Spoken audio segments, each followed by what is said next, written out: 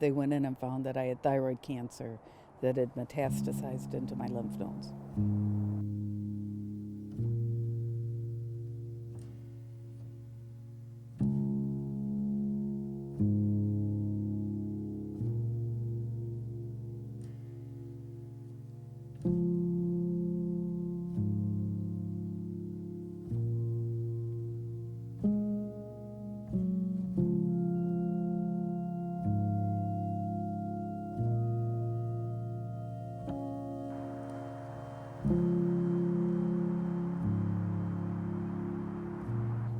I actually live right across the street from what I thought was a Christmas tree farm, but it turned out that it was a dump site where Wolverine World Wide would dump tannery waste.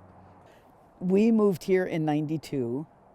In 2016, Joel was diagnosed with liver cancer, and we thought it was actually a hernia that had developed. But when he went in for surgery, they found it was stage 4 liver cancer, and then he died in March of 2016.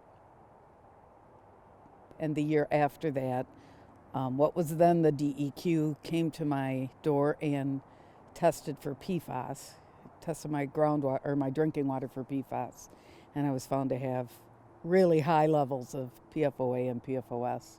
So for my health, the first thing I did when I got the blood levels was I actually went to my primary doctor and just showed them to him. But I said, this is my blood work and I want you to know. And we both kind of looked at each other and shrugged.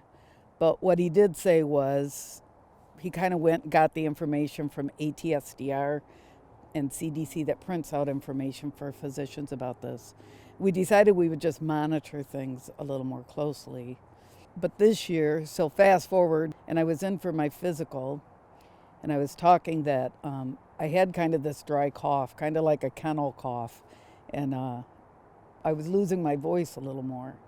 And so, any doctor does a differential. They think, what are the top 20 things this could be?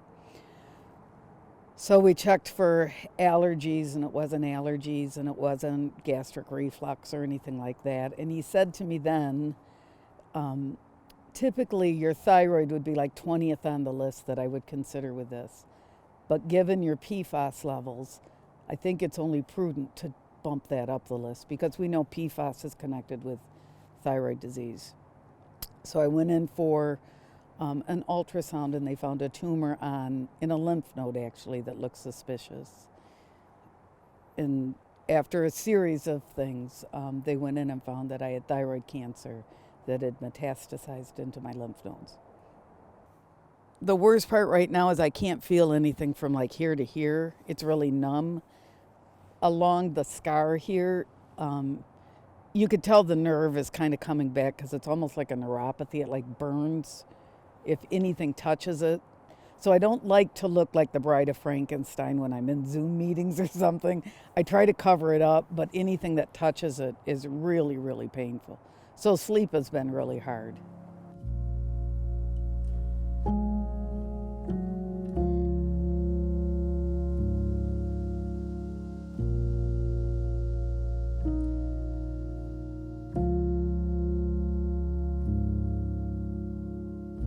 This really pointed out to me how just vital it is that if you've been contaminated, that people have the ability to get their blood tested, and then doctors know how to use that test as part of a differential. I've been arguing with doctors in the medical community about this because they say because there's no direct link, there's no value in having it. But there's no doctor you go to that doesn't ask you, have you ever smoked? Well, they ask you that because it then becomes part of the differential they use when you have a illness of some kind and they're trying to decide where to go to investigate. This should be the exact same thing. It should just be part of the differential that they use. This just to me points out how crucial it is. If it had not been for the blood testing I got, that Varnum got, if it had not been the fact that I had a really good doctor who was really young and energetic and very comprehensive, then this would have been missed.